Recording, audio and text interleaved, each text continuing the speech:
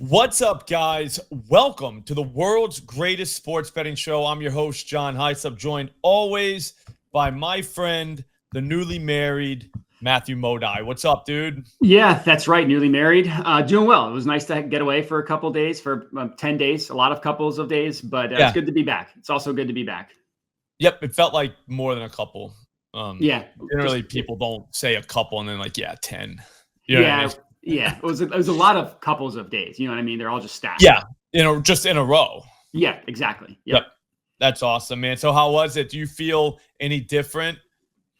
I don't feel different. It is kind of like, because we already live together. It's like, oh, we're married now. And then we just go back to the same routine. The wedding itself was amazing. I mean, everything went off without a hitch with the vendors. There was no family drama. The weather was beautiful. It was, no fights. Yeah. None of that stuff. Sucks for the entertainment, but could not have been better.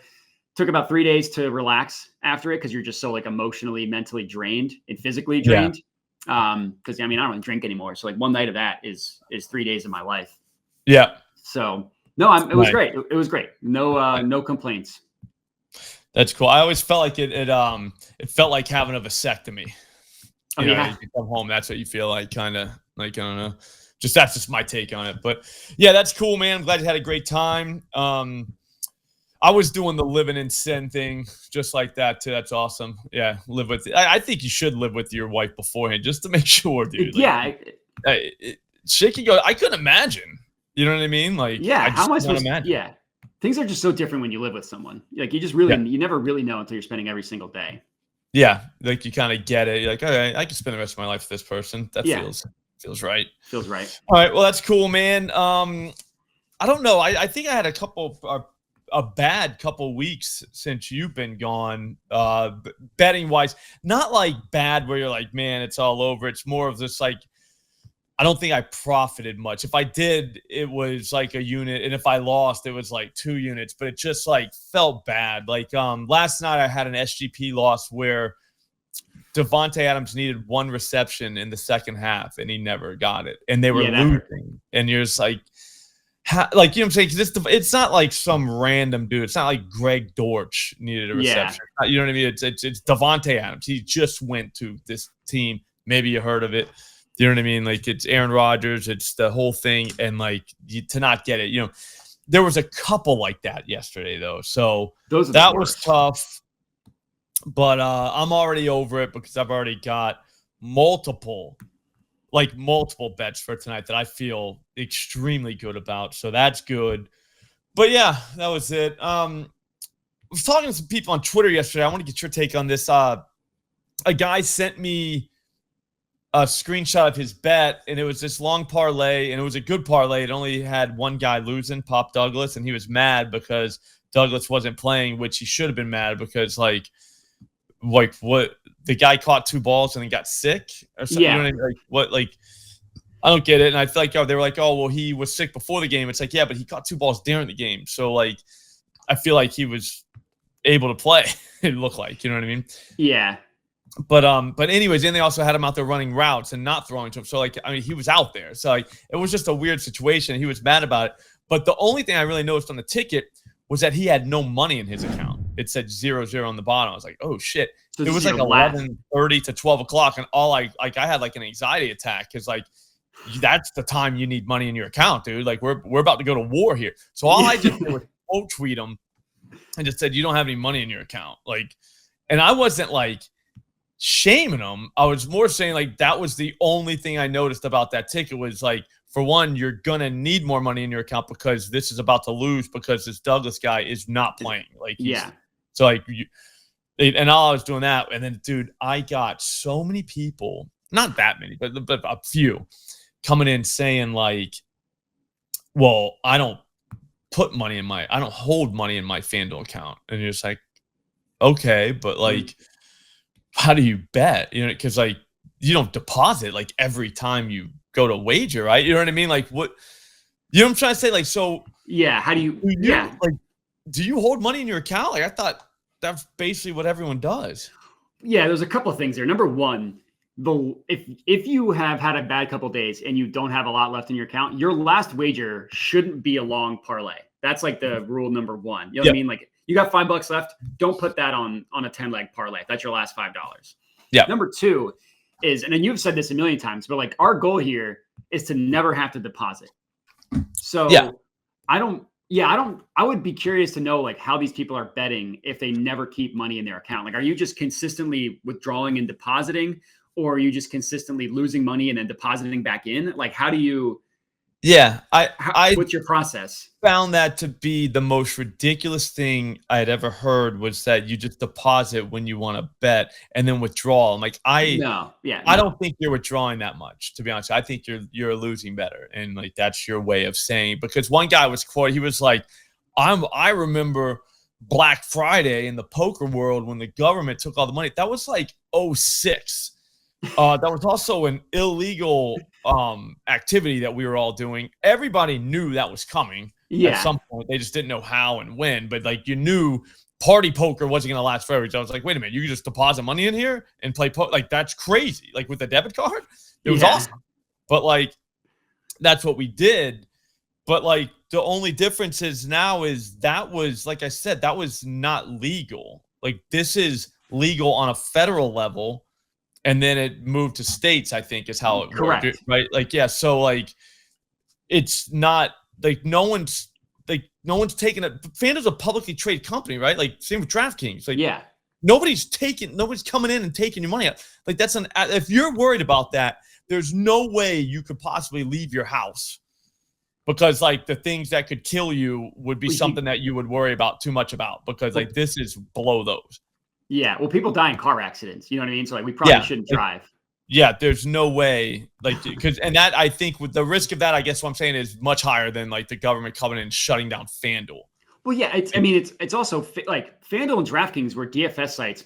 Like, are you comfortable having your money playing DFS? Because there's literally not a single difference between the two with FanDuel and DraftKings. And then you look, I don't know, like Caesars, they have like properties in like real life casinos in Vegas and other areas. Like they're not going to belly under because you have $10 in your Caesars account. Like, or the government's not going to come shut it down and take your $10. So I was shocked. I was like, I want to talk to someone else who I know bets, because like these guys, there's a real chance that we're not, because like, for one, how do you even manage your bankroll like that? You don't. I mean, you can't. You have no idea what you're doing. Yeah, you can't. Yeah, what's in and what's out. So that makes it harder. One guy's like, I put it in my savings account's 4.7%. So I'd much rather have it sitting there. And you're like, yeah, like I guess, but like, does anyone actually do that? Like, no is the answer to that question. And I would much rather bet on sports and not have to consistently put money in and take money out. Yeah, like, that's crazy. And I think also what it comes down to is like the money that we have in our account is not money that we need to pay our bills. You know what I mean? So like you can have money set aside for that 4.7% savings account. Like you can do both. You don't need to have. Yeah. You don't have to have all of it. Yeah, exactly. Yeah. Dude, I was just like reading through. I was like, these are all like this is bad, dude. Like you guys can't be serious. Like one guy's like, oh, it's not a flex to have money in your FanDuel account. It's like, yeah, no, that's not a flex. Like, you're correct. Like that's a ridiculous flex, and that's not at all what was happening. Like I was more saying, like it's a Sunday NFL at 11:30. Your account should not say zero right now. We got to go in. You know what I mean? Like, this is go time. And I just, like I said, that's the first thing I noticed was like, oh shit. I mean, I don't want to say this because I don't want to get a bunch of DMs asking me for money. I was ready to send the guy like $20. Like, dude, get in, man. Get this in now. Let's go. You know what I mean? Like, you can't possibly not have any money in your FanDuel account right now. I can see if it was Monday morning. Like, I totally get that. Yeah, the hope, the only benefit of the doubt is that let's pretend his unit size is $10. Maybe he had 10 outstanding bets for $100 that were like, you know what I mean? So his account showed zero, but he had $100 in pending bets. Yeah, that could have happened. It got me nervous. I was like, oh fuck, man. I get nervous when my account gets to a certain level. I'm like, damn, dude, like I'm not doing good. You gotta pony up. You gotta figure out some shit here because I don't want to have to deposit. You know what I mean? And then like the whole thing is I never want to deposit. And just to hear that people actually that's their strategy to bet. I was like, that's crazy town. Yeah, So that's anyways, not what you okay, want to cool. do. I didn't think that I was hoping that wasn't a thing that I just didn't know about. Because I am getting older. You know what I'm saying? Like the kids, they might do things a little different. Like people figure shit out, dude. You know what I mean? Like this thing that we do gets innovated. And Right. like as the older you get, you're kind of pushed away from the innovation and you get stuck in your own ways because like you're old. You know what I mean? So all right, cool. I feel better now.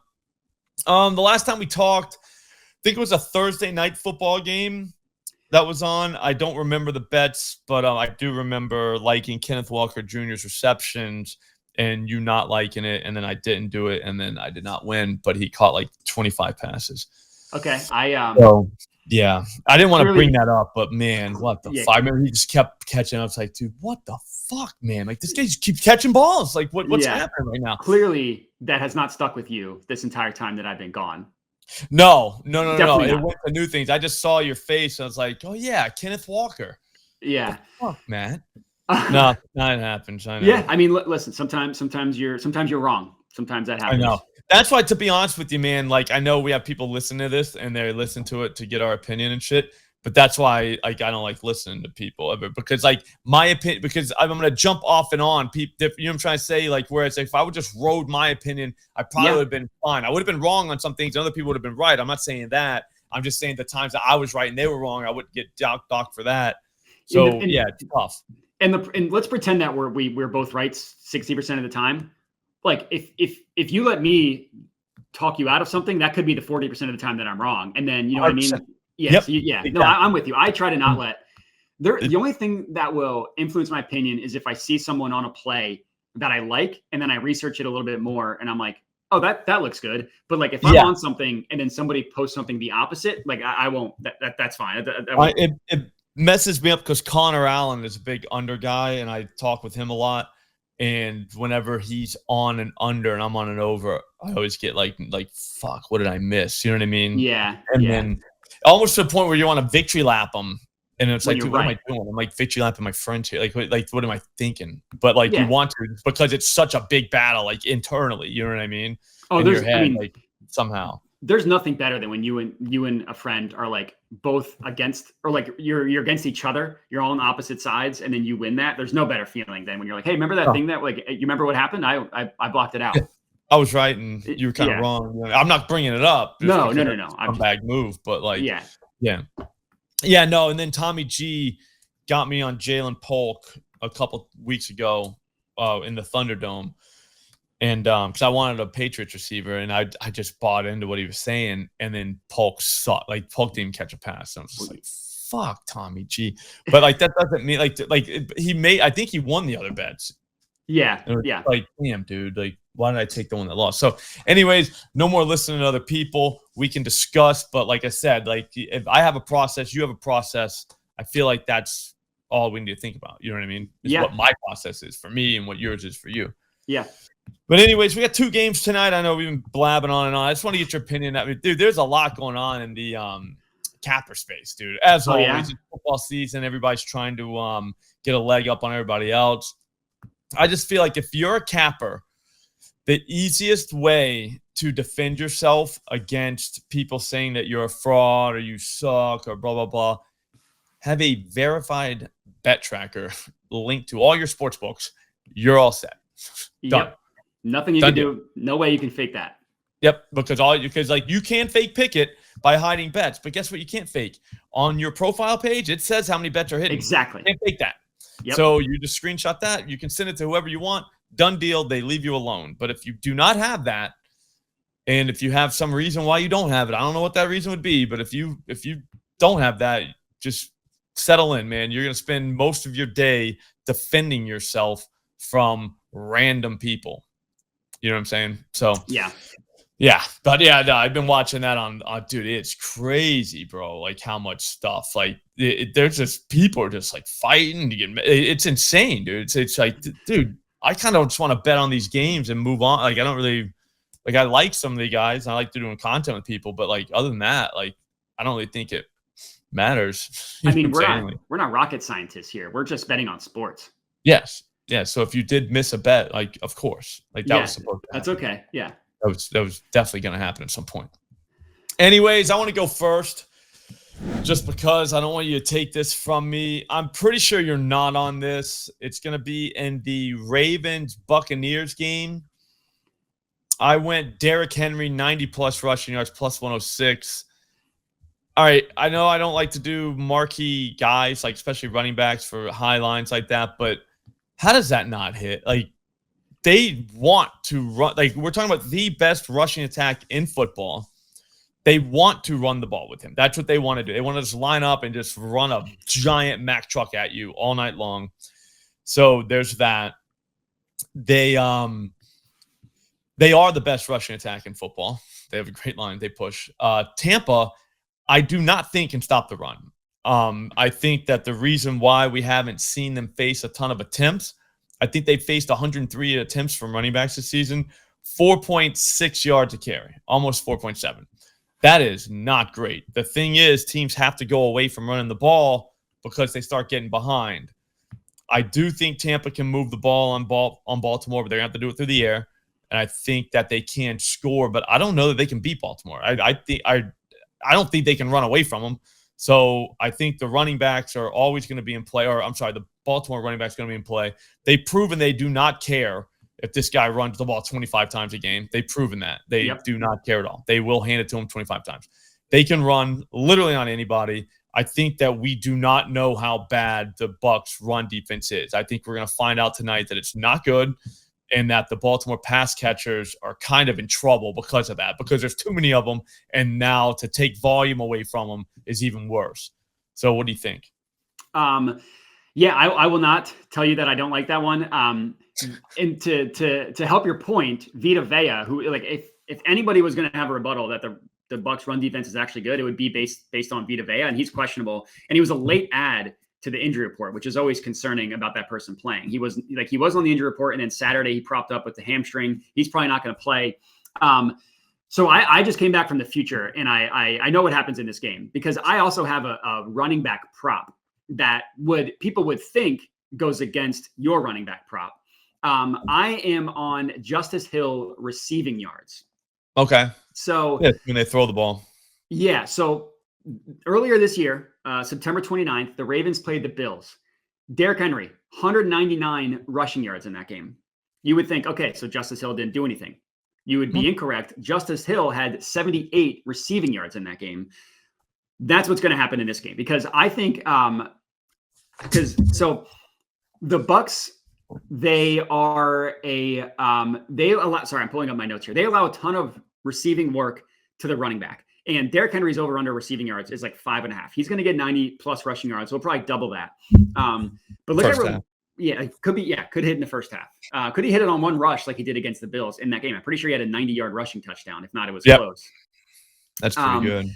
Yeah, but receiving backs against the Bucs, third most receiving yards per game, 51.5 receiving yards per game to running backs, 6.5 receptions. That's the second most, again, to receiving props to running backs. Week 1, Austin Eckler had 52 yards. In that same game, Brian Robinson had 49 receiving yards. That would have I should say my official play, because I didn't actually say that. So I took him 20 plus receiving yards, plus 105 odds at Fliff. I put a unit on that. And then I put a half unit on him at 25 plus, a quarter unit at 40 plus, and 0.15 at 50 plus. So I climbed that whole ladder all the way up for Justice Hill receiving yards. Anyways, I just want to get that out there. So week 1, Brian Robinson, 49 yards, Austin Eckler, 52. Both of them would have cashed most of the ladders, with Eckler cashing all of them. Week 2, David Montgomery, 35 yards, Jahmyr Gibbs, 22 yards on 7 receptions. So the efficiency wasn't there, but the volume was. Again, Gibbs would have cashed the first leg. The Montgomery would have cashed the first 2. Week 3, Javonte Williams, 29 receiving yards, would have cashed the first 2 legs. Week 4, Saquon Barkley, 32 receiving yards. And keep in mind that week 4 game against the Eagles, no A.J. Brown, no Devontae Smith. There's nobody else that the Bucs had to worry about except for basically Saquon Barkley and Dallas Goedert. Barkley still had 32 receiving yards. And then last week, Kamara, 5 receptions, 24 yards. We know how bad Spencer Rattler is. 5 receptions for 24 yards from him is very impressive. And in Justice Hill, I like this. That's kind of like a fate of recent results. Like the last 2 games, he hasn't done anything. 8 receiving yards 2 weeks ago, 0 last week. That was against the Bengals and the Commanders, 2 teams that, 2 of the worst run defenses in the NFL. That would not have been a Justice Hill game. I think that this could be both a Derrick Henry and a Justice Hill game. The Bucs play zone at the highest rate in the NFL, 82.4%. Justice Hill has the best numbers against the zone of anybody on the Ravens, including all their receivers. He's got the second best yards per route run. The only person ahead of him is Nelson Aguilar, but Aguilar plays a fraction of the snaps.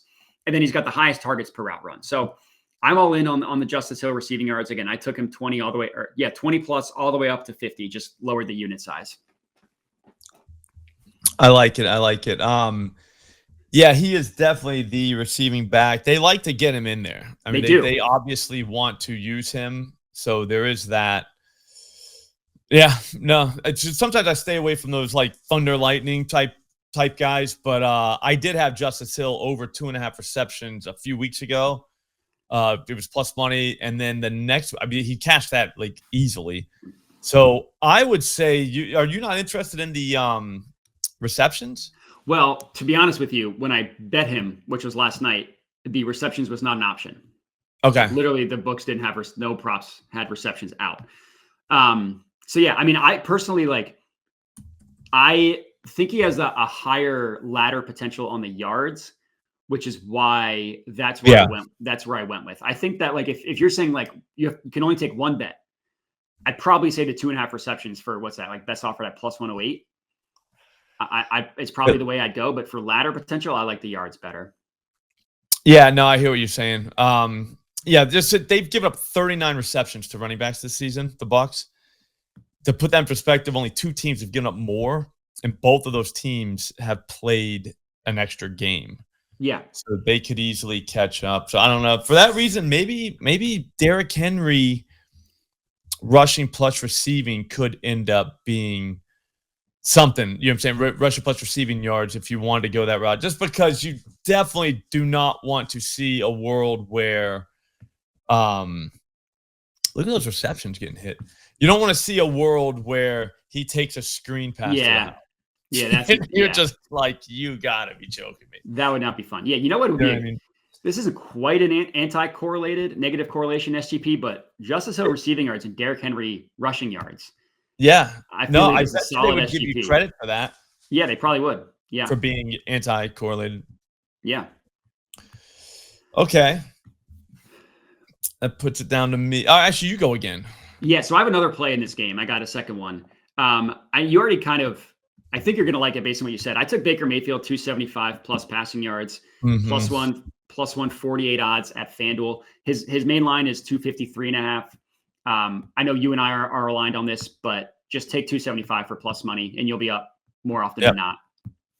And that's what I did. And I mean, the Ravens are a pass funnel. They're a very good defense, but they're very, very good at stopping the run. They allow the fewest rushing yards per game, the lowest yards per carry, the lowest adjusted yards before contact per carry. That's per fantasy points. And DVOA's 4th best rush defense. You can throw on them. 100% you can throw on them. 5 of the 6 quarterbacks against the Ravens have gone over their mainline passing prop. The only one that didn't was that Bills game. Josh Allen just had a bad game, is what it is. It happens. But 5 of the 6 quarterbacks have cashed their mainline.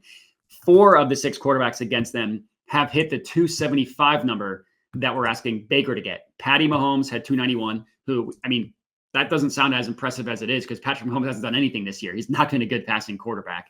Gardner Minshew, 276 passing yards. Dak Prescott, 379. Granted, a lot of that was in garbage time, but it still happened. Joe Burrow, 392 passing yards and 5 touchdowns. And then Jane Daniels had 269. He's the only one that didn't hit the 275 number, but hit his main line. And the Ravens have allowed the most passing yards per game in the NFL, 298.2 passing yards per game.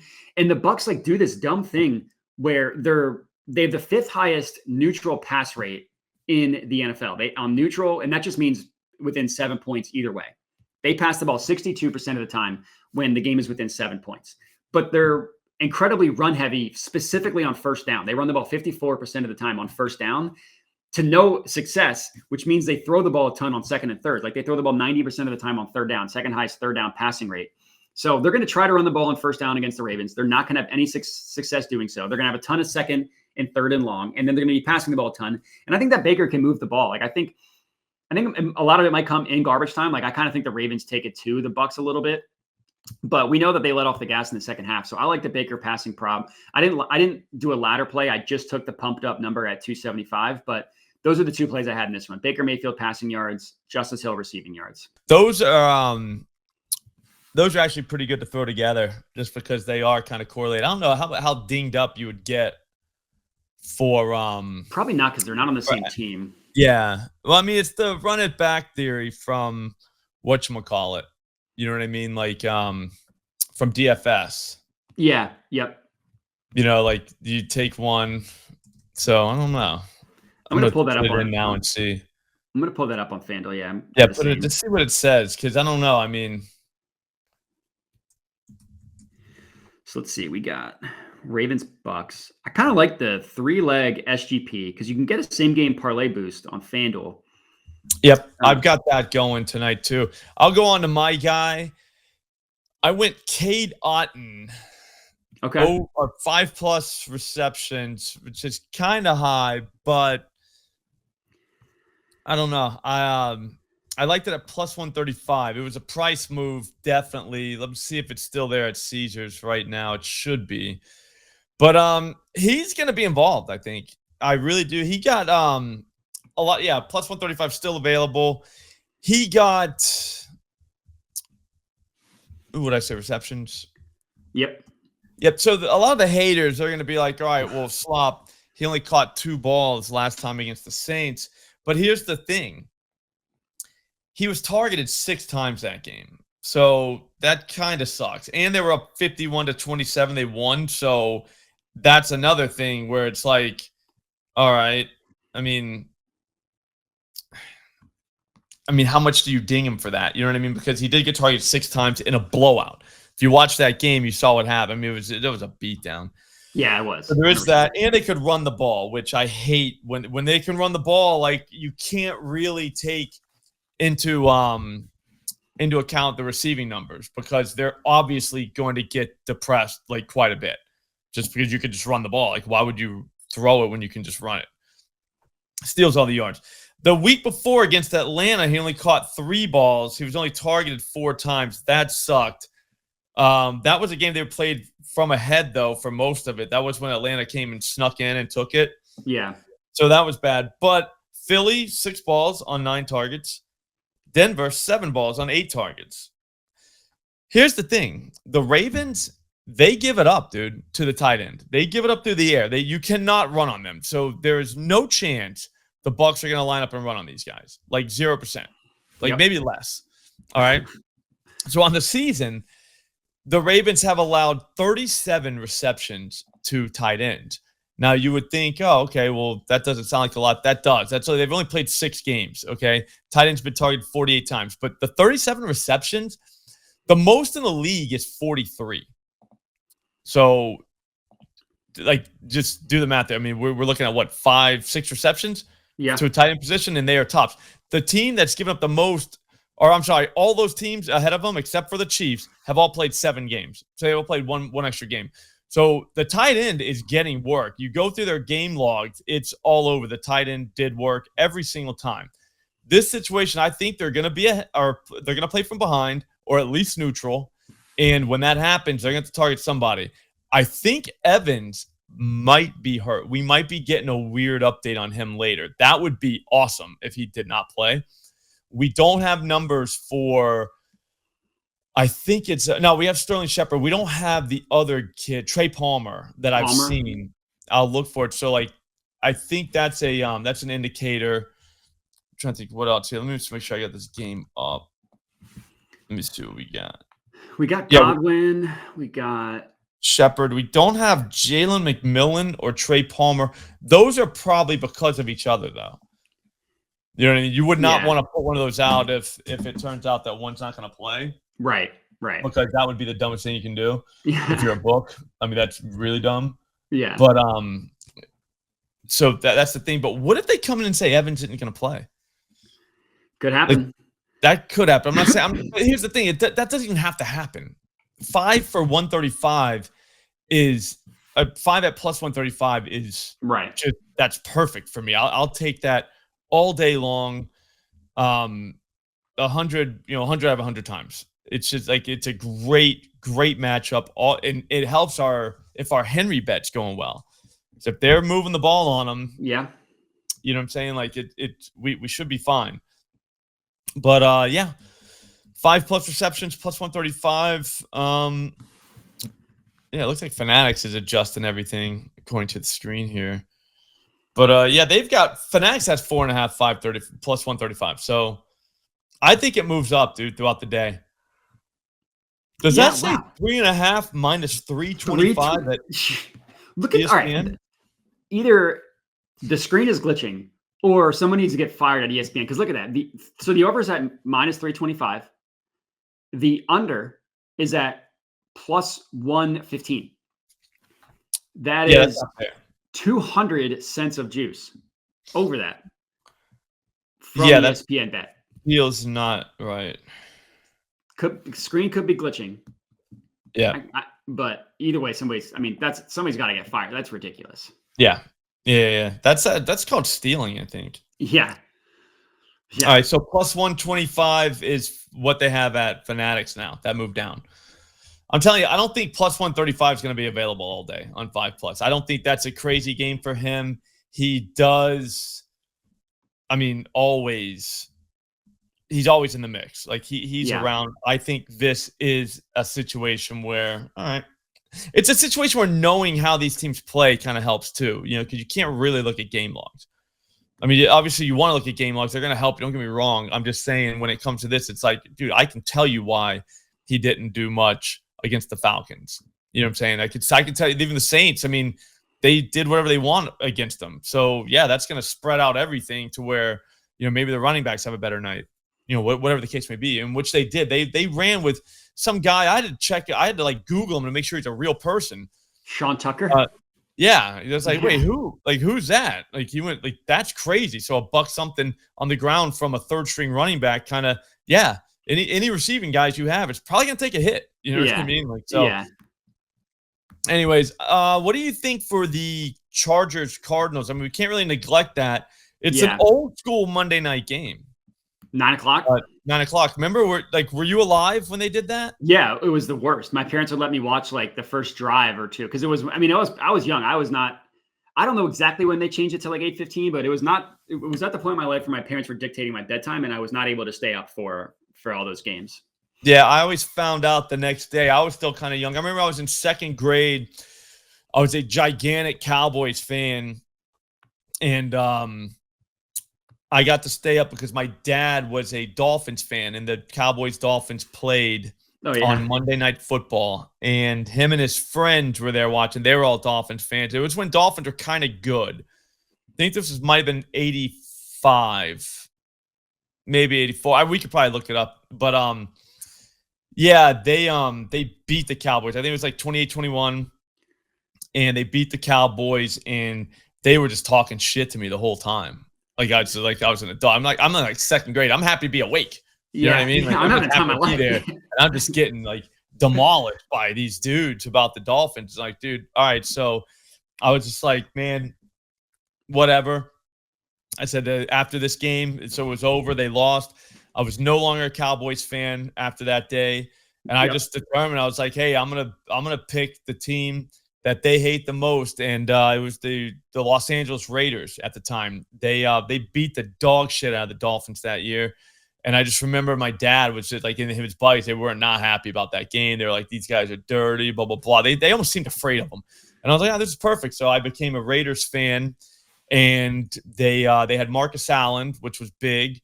They had won a Super Bowl recently, which was good. These are checking boxes, you know? Yeah. And then you know what happened? A couple years later, they get Bo Jackson, who was my favorite running back in college. Yeah. And, yeah, so that set me up for just a lifetime of disappointment up until I was about 30, until I moved here. And, yeah, it was tough. It was tough. But I did win that battle, I think, somehow, because the Dolphins have sucked ever since too. They haven't won anything. They won nothing. So it was that. But yeah, man, that was Monday Night Football. I never wanted to stay up and watch Monday Night Football again. I was like, man, fuck this. You know what I mean? Like, I'm tired the next day. I'm sad. It's like, it's tough. So I was kind of glad when they moved it to 8 o'clock, kind of get you that extra hour to sleep on the East Coast. It's tough for It's us gotta be East tough for the Coasters. West Coast people, bro. Like, how do they watch? It's like 5 o'clock in the afternoon. Yeah, I'm telling you, Mountain Time. That's the way to go. Mountain Time's the I best. think Central, bro. It's still a little too late. I think that's still a little too late. And you need, I like Yeah, the but 2 hours. if you're like a bar person, you got like a game going on, you're still drinking while you're out. I remember we were in San Francisco one year watching football. And I was just like, this is bullshit, dude. Like the Monday night games on at 5 o'clock. Like, so what are we doing after 8? I mean, that's fair. Yeah, no, that's fair. Yeah, there's nothing on. Yeah. Like, it's crazy. Yeah. I mean, that for me, that's ideal. I'm an early bed kind of guy. I've always been that way. I've always been an old soul that way. Okay. So you want to be in bed by 8? Not Or necessarily done in, gambling by 8? yeah. See, that would be Yeah. good for you because it gives you an hour for your heart rate to calm down. You spend an hour, watch a TV show with your partner, with your significant other. In bed at 9, I'll read, I'll watch a show, I'll do something for an hour, and then lights out at 10. That's my ideal night. Okay. That's not bad. Yeah, I like you 11-ish. Usually want to watch a show about somebody getting whacked, like go on like ID or Dateline or some shit like that. They got a bunch of those channels where like you just show somebody got murdered, they tell you the whole story about it, and then just hit the sack, you know? Yeah. Yeah. Great way to go to sleep. But yeah, no, it helps me. It's a good bedtime story, you know? But yeah, well, a lot of them, like the guy got caught or the girl, whoever did it, like they got caught and you know what I'm saying, whatever. So it kind of worked out.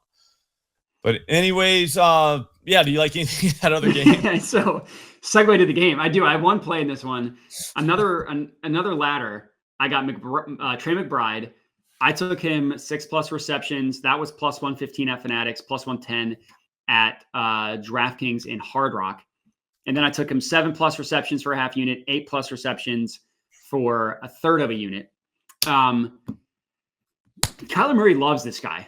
Trey McBride leads the Cardinals in targets, despite the fact that he's missed a game. He is number one, obviously, in target share, number one in targets per route run, number one in first read target rate on the Cardinals, number one in designed targets on the Cardinals between wide receivers and tight ends. Technically, the running back Connor has more designed targets, but of receivers and tight ends, the most. And he kills zone coverage, which is what the Chargers play at the second highest rate. The Bucs are number one in zone coverage. The Chargers are number two. He's their zone beater. Like he finds a soft spot in the zone and then Kyler throws it to him. Kyler loves throwing to Trey McBride. And if you look at his numbers between man and zone, this is looking at fantasy points, which has a difference. Yards per route run against man coverage, 0.68. That is yards per route run. He averages less than a yard per route run against man coverage. That's bad. Against zone, 2.36. So that's what? Like 4 times better yards per route run.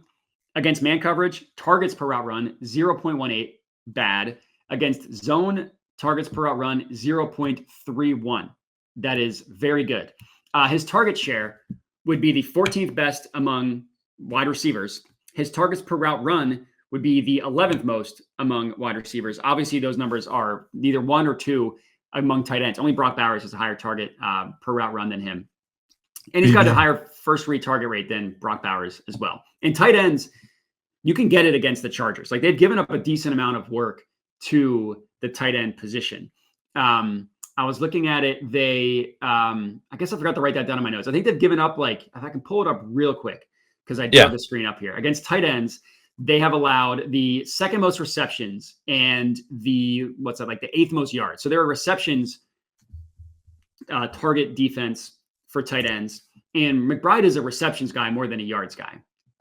So the only play that I had in this one was Trey McBride receptions. I don't love betting guys off of outlier games, and he just had 8 receptions last week. But those odds got tanked. Now you have to get plus 102 at FanDuel. I would still take it. If you can get plus money at the 6+, I would take it.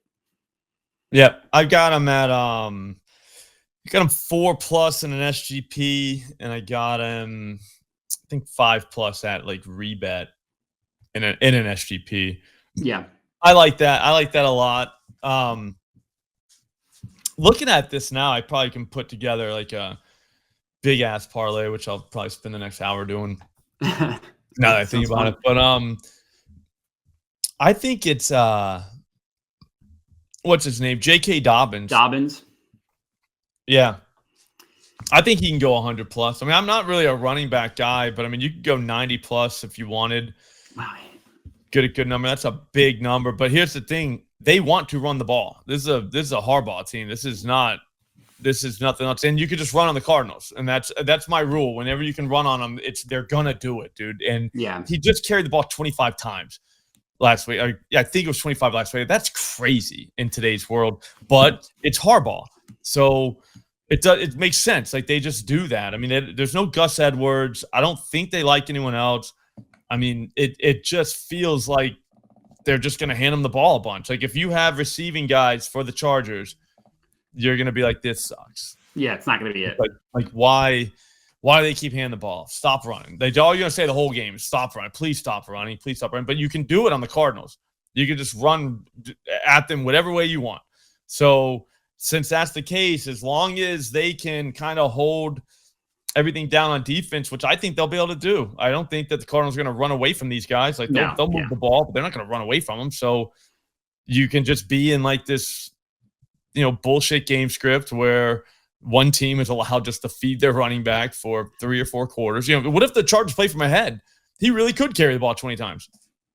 So there's that. So, I mean, that's a tough one. I think you might want to go with a ladder. So, I mean, if he gets 80, like, he's probably getting, like, it's probably because he carried the ball a million times.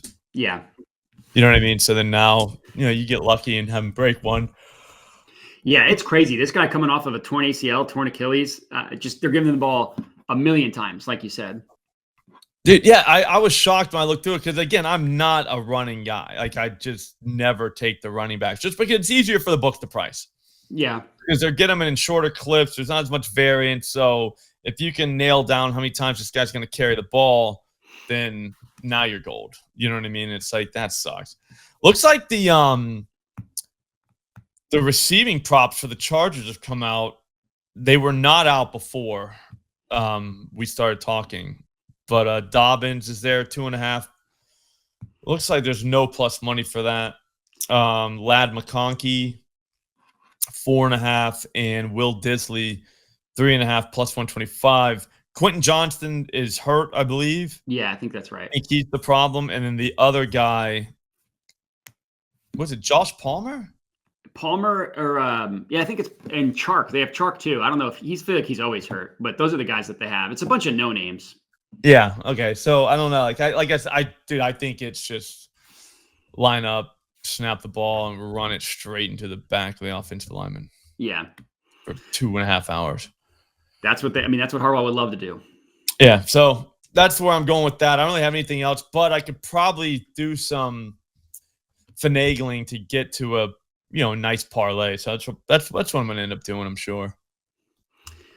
I like it. Yeah, the only other play that I was considering that I didn't bet was Michael Wilson. I feel like he could get loose for four receptions for plus money price, but I don't want to take both, and I like the McBride play better. So yeah, it's just too much. I know exactly what you mean. Like that, it's almost like you got to take McBride or nobody because Dortch could catch 7 balls. Exactly. And ruin your other guy. And then if you take Dortch, then Wilson does it and he ruins it. And then there's still Marvin Harrison. Like, what happens when he catches an 80-yard bomb, which is going to happen at some point? So the one guy that's generally going to get his is McBride, as long as the matchup makes sense.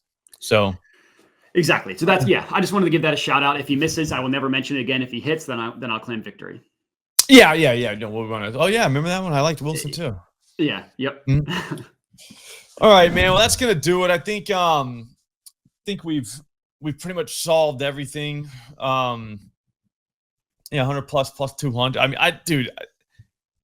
I in this matchup, like I said, I'm not really the biggest Dobbins guy, but in this matchup, I think 100 plus is like definitely doable. I mean, I don't like to take a running back on the road, but I don't think it matters. Does anybody in Arizona care about football? No. Like I guess he's done this twice. I was like, he hasn't done this all season, but he didn't do it against Pittsburgh. Very good run defense. You don't run he didn't do it them. Against Kansas City. Very good run defense. Don't run on them. Against Denver, he went 25 for 96. They're not bad, dude. Yeah. They're not bad at all. All right. But against Carolina, 17 for 131. Seems Las good. Vegas, 10 for $1.35. That was the first game of the season. And then it became 17 carries, 15, 14 again, 15 and 14 were against Kansas City and Pittsburgh, who you would never take anybody against. And Herbert got hurt in the early in the second half or in the first half of that Pittsburgh game too. So your Easton Stick was handing the ball off to Dobbins for the second half of that game. Yeah, so I don't know. I just feel like this is good, man. I like it. I mean, you know how this is the world's greatest sports betting show? Is there 6 bets on the screen? Not a single minus money one on there. Yeah, we can't do that. I mean, you know what I mean? We go 3 for 3. Guess what? We're making money, no matter what combination of the 3. Yep. That's to be honest with you, bro. I think that's just how you bet sports. 100%. I mean, I get caught a lot trying to shoot the moon, which I'm fine with, because I am trying to shoot them. I really don't care. You know what I mean? I have this is my bankroll and this is what I'm doing with it. You know what I mean? It's one of those where I'm fine with it. Some people are trying to make money. I see it if you are a younger guy and you're trying to make money, you know what I'm saying? Betting, then, you might want to not want to shoot the moon as much just because you're trying to I don't know, take care of every single unit. But I don't mind throwing out a unit or 2 a week, spread out on 8 different parlays that have no chance of hitting, because one of those hits, you're good. And it didn't cost me much. You know what I mean? And that's the way I kind of look at it. But I do get it where if you're in a situation where everything matters to you, every single unit, then don't shoot the moon. But this is still the way. Yeah. I think the only thing that I think people get caught on is they see, Kate Otten plus 135 for 5+ receptions. Well, that's plus money. So that's not going to hit. That to me is crazy. Who's looking at that's ridiculous. Yeah, sometimes these books don't know. The Jets have been favored in 6 of their 7 games, and the Jets stink. They're terrible. Yeah, they lose all the time. That's what they do. Yeah. So, anyways. All right, man. Well, have a great day. I'm gonna go try and throw together a Millie parlay. So we'll see if that works. But everyone can find you at Jedi Modi on Twitter or X if you're nasty. Everything he does there, everything. So just go there, find him there, and then branch out. He's on YouTube. He writes for Newsweek. I mean, it's the laundry list, so where he goes from. So find his hub. I am at Slop Rules on Twitter. Same kind of thing with me. Just follow me there. You'll find all the stuff that I put out. YouTube, Sports Betting Dime, 4 for 4. It's just, the list goes on. I can't wait for tonight, though, man. 2 games again. I think that this should be the way from now on. We should have 2 games every Monday. It's just better like that. I'm so excited for tonight. So can't wait.